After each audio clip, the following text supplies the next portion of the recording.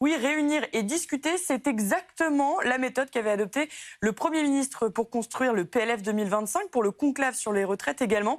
Et c'est donc le même schéma qui sera appliqué pour le budget 2026, avec un calendrier très précis. Selon les informations des Échos, plusieurs échéances ont été définies d'ici au début de l'été. Une première réunion est prévue mi-juin pour faire un point d'étape sur l'évolution des comptes de la sécurité sociale. Quelques jours plus tard, un autre comité d'alerte doit se réunir pour prévenir tout risque de dérapage, cette fois-ci du côté des comptes de l'État.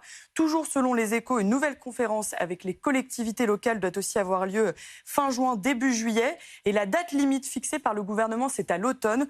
Objectif, déposer le PLF à l'Assemblée au plus tard le premier mardi d'octobre, soit le 7 octobre prochain. Le cap est fixé, est-ce qu'il y a des pistes? Alors pour l'instant, rien n'est acté. Plusieurs scénarios circulent. Du côté des dépenses, il y a la possibilité d'une année blanche, des fusions ou des suppressions aussi du côté des opérateurs de l'État.